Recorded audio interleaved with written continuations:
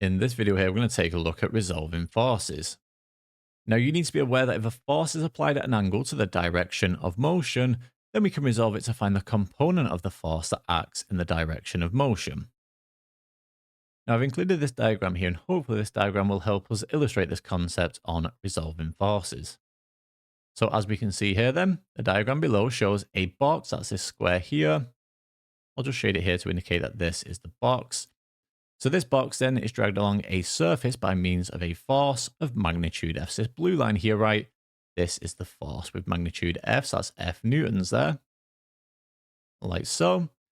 And as we can see then, the box moves horizontally here. So this red dotted line then, this is the direction of motion. So let's just quickly add that to our diagram here. So direction of motion.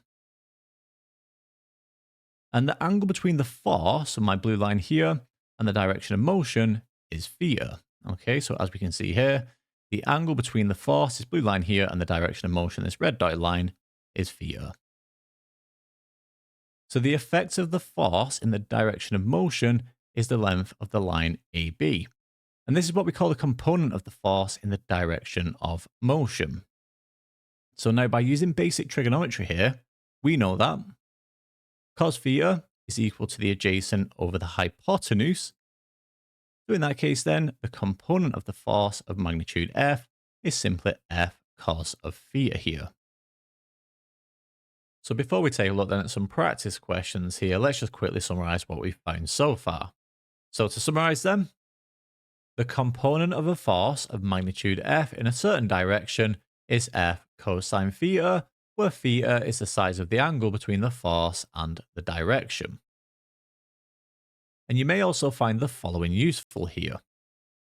So if F acts at a right angle to D, where D is the direction of motion, then the component of F in that direction is F cos of 90 degrees, which is equal to F times 0, which would simply give us 0, right?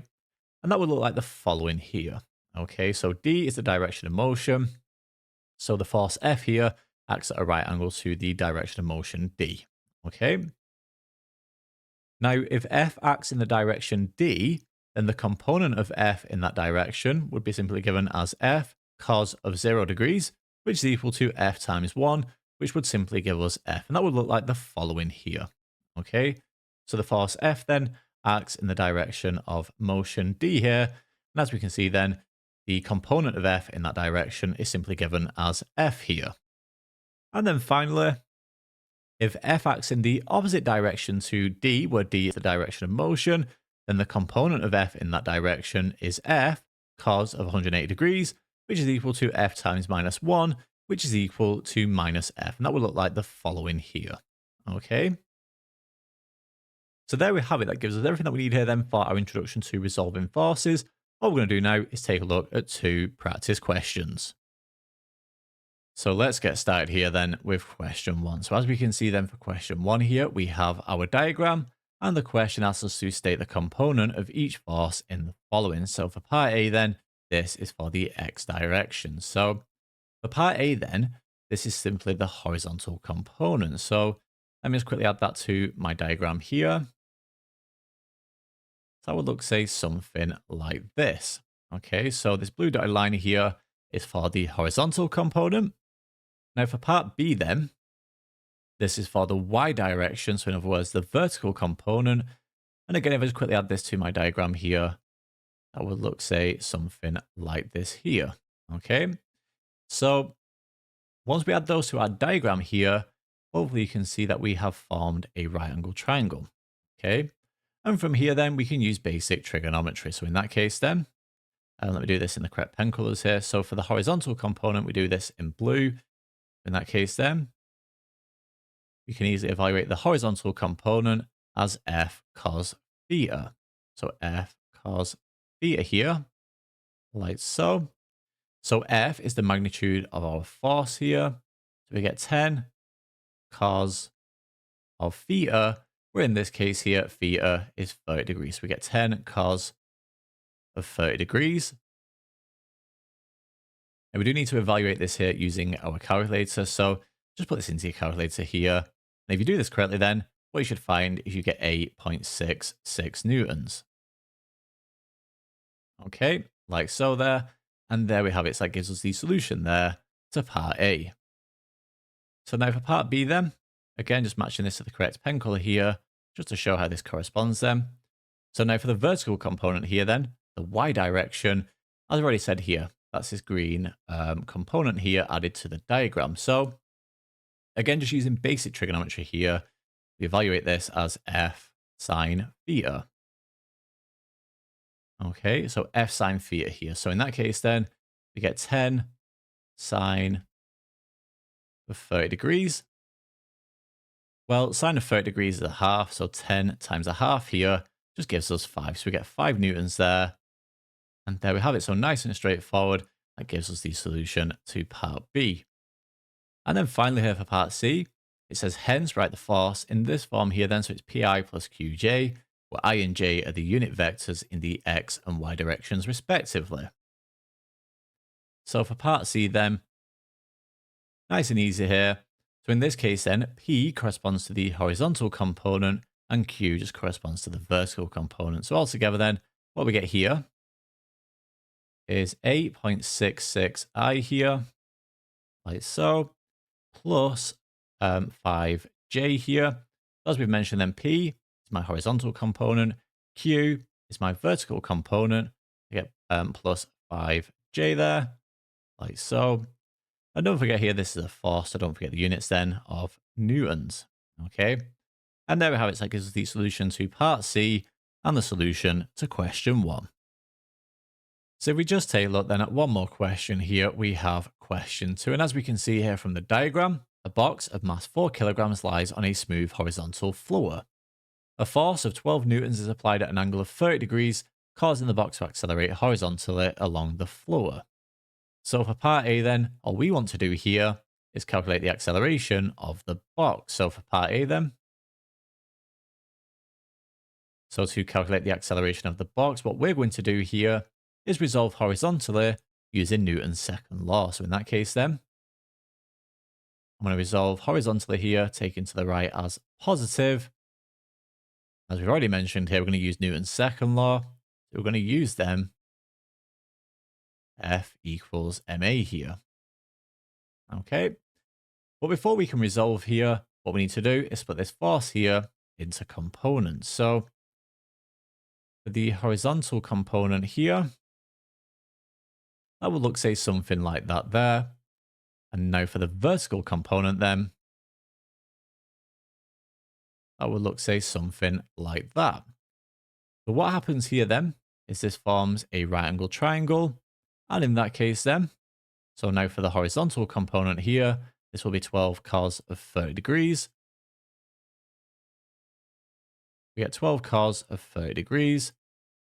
And now for the vertical component here, let's do that in the same color. That will be 12 sine of 30 degrees. Okay. So that gives us the components of this force here. We now have everything that we need then to answer part A here. So resolving horizontally here, taking to the right as positive, and using Newton's second law then. So what we get here is 12 cos of 30 degrees. So that's acting to the right. Okay, so that's positive. There's no forces acting to the left here, so we don't subtract anything.